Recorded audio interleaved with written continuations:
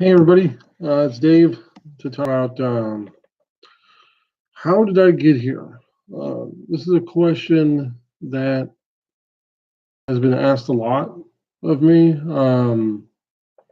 since I've been starting these videos. I've gotten some messages from people and um, want to know, how does one become agoraphobic? Essentially, it's that's what it boils down to, right?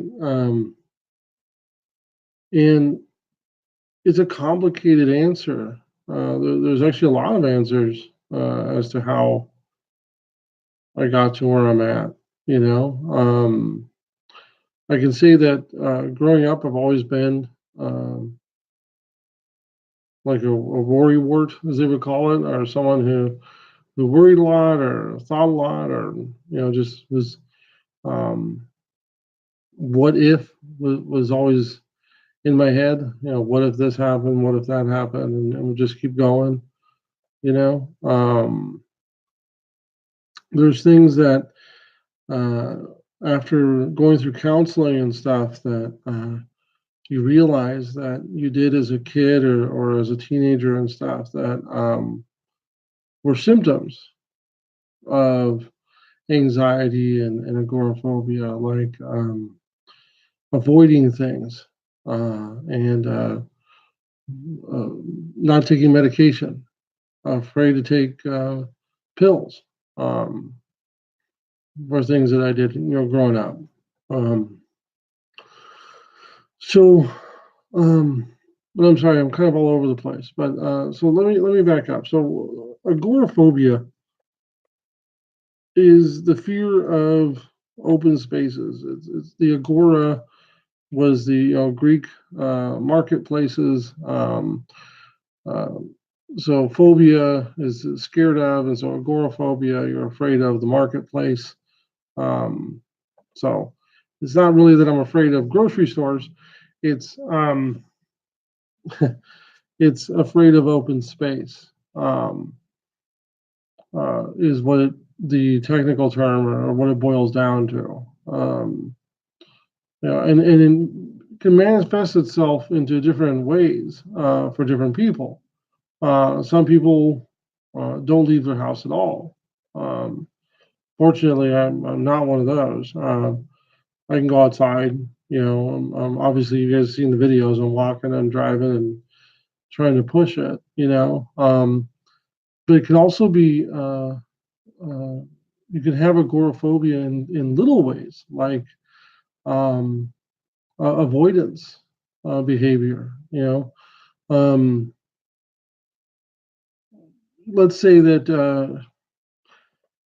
you have a car accident at a particular intersection, and you're okay, but it scares you. You had a car accident. It should scare anybody.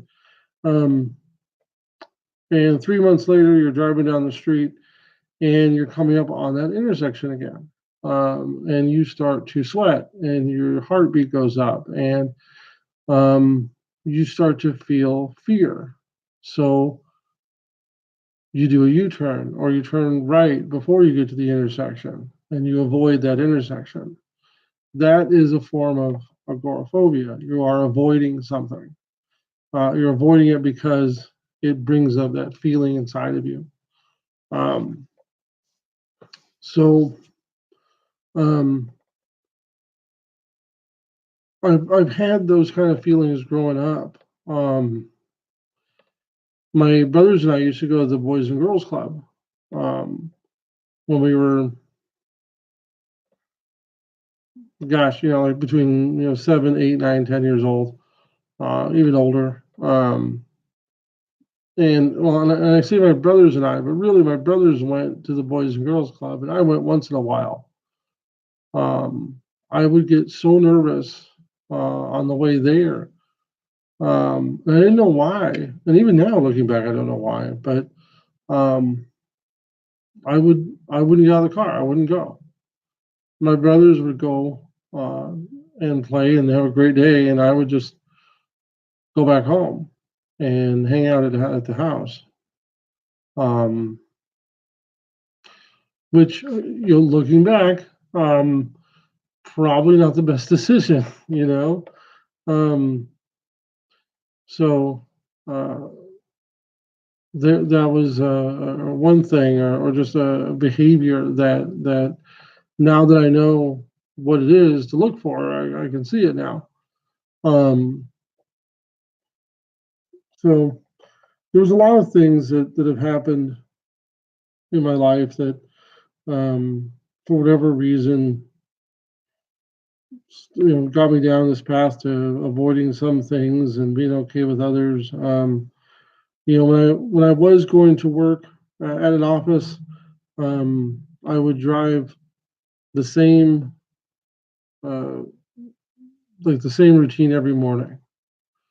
Um, I would leave my house. I would stop at McDonald's, egg McMuffin, small coffee, um, drive to River and Campbell, going the exact same route every single time, um, and then coming home the exact same route every single time, and not deviating from that. Um, and that's because I was safe on that route in my mind, or internally, I just felt safe. Logically, I know that I could have gone any other route, or any which way I wanted to go home. But uh, that's the problem with this thing. There is no logic to it, and that's what's frustrating because I thrive on logic and reason, and um, so um, so anyway, about 4 years ago, um, I by this time, my wife and I had two babies, and I was driving to work, and I, my normal routine: McDonald's, egg McMuffin, small coffee. Um, and I got to the office, and I just could not go inside. Um,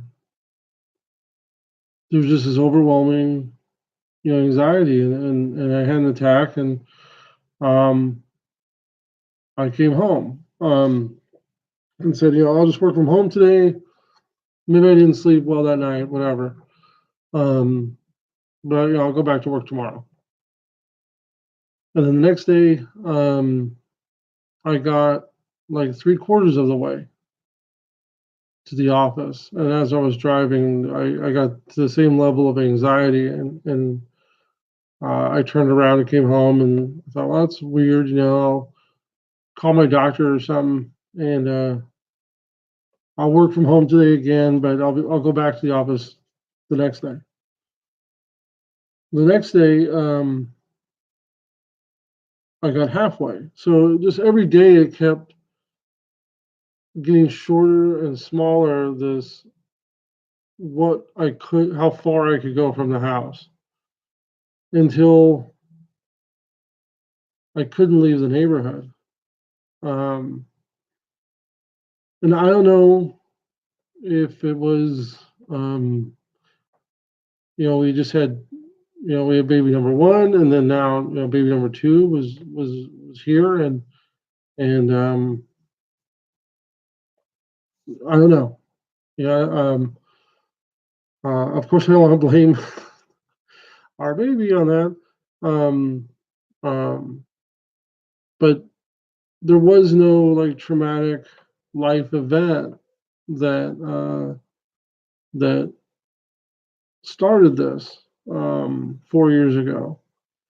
It was, my routine stopped. My get up, go to McDonald's, egg McMuffin, coffee, go to work routine stopped. For whatever reason, my anxiety was going up. I don't know if the medication I was taking at the time. I've been taking medication for 20 years now. Um, if my body had gotten used to it, um, if the dosage was incorrect all of a sudden, There's a lot of variables that I just don't know. Um, so luckily, the company I was working for then was very accommodating, or maybe not lucky. I don't know. Going back to my other video, the gift and the curse. That it's nice when people are accommodating, but it could lead to this. Um, so um, so immediately started working with some doctors and a counselor and stuff to figure out what was going on, what caused this anxiety level to go up to where um, I was regressing, going back to where I couldn't leave the house. Um, and for a while there, things started to work. We changed medications. I was able to go to different places. I didn't make it quite back to the office, but we were pushing that boundary pretty far. Um, but the medication the side effects were crazy. From everything being way too bright, like lights were too bright to look at, the sun was too bright, it was too bright to go outside, insane headaches to really dark, terrible thoughts. Just things would come across my mind, and like I knew it was the medication because this stuff had never come across my mind before. So, we had to quit that and then go back onto the new stuff. And quitting medication that is related to mental health isn't just like you turn off the faucet and start something new. You have to wean yourself off. It takes months to go from plan A to plan B to plan C to plan D. It takes a long time. So I'm on a medication regimen now that is working. I mean, I don't have panic attacks. I don't have anxiety attacks. Um, I'm just now, in my mind, just like I've been saying, stuck in a habit routine that needs to be broken. Um, so um, that is the gist of it. Without going into great detail about stuff in the past or whatever. But I'm reading a book right now called The Seven Decisions. I'll put a link up on here so you can check it out. But um, in the first chapter, the guy talks about um, the whole book is about just 7 decisions that successful people make to be successful. The guy that wrote the book read tons of biographies in the library because he was homeless. His parents had passed away and they didn't have any money and he didn't have any other family or anybody else. And so he was homeless and found shelter in the public library and started reading biographies and realized that the people, most everybody that he read about faced these 7 decisions, as he calls it, the exact same way. And the first one is about is just how you got to be where you're at right now. Is based on decisions you have made up until this point. Um, so that's eye-opening and refreshing, I think, and gives you strength. Um, and I can see that everything that has led me to this video that I'm recording right now is not because of who my parents are, who I lived with, what school I went to, my socioeconomic background, race, color, creed, whatever. It's the decisions that I have made that have led me to this point. And it's the decisions that I'm making that will lead me out of this, you know? So, any questions, please message me, comment on this. Any thoughts, stuff like that, let me know. Quick update on the walking and stuff. I had a cold this week, and I was afraid that the cold was gonna mess up my, getting my habits. That's one thing about